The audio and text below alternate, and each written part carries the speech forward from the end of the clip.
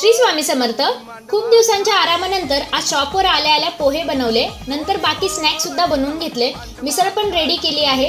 संध्याकाळी दुसऱ्या शॉपवर आलो आणि खूप दिवसानंतर थालीपीठ बनवले म्हणून कस्टमर पण जास्त होते आणि त्यात झालं असं पीठ सुद्धा संपले होते।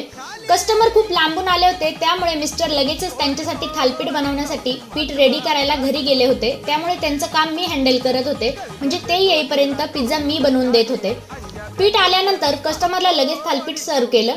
आमच्या पूर्ण फॅमिलीला रोज जरी थालीपीठ दिलं तरी आम्ही आवडीने खाऊ शकतो, त्यातला शिव सुद्धा एक आहे। हे शेवटचं थालीपीठ खास शिवसाठी बनवलंय, त्यात सर्वच मिक्स करून शिवसाठी चीज थालीपीठ रेडी करून दिलंय।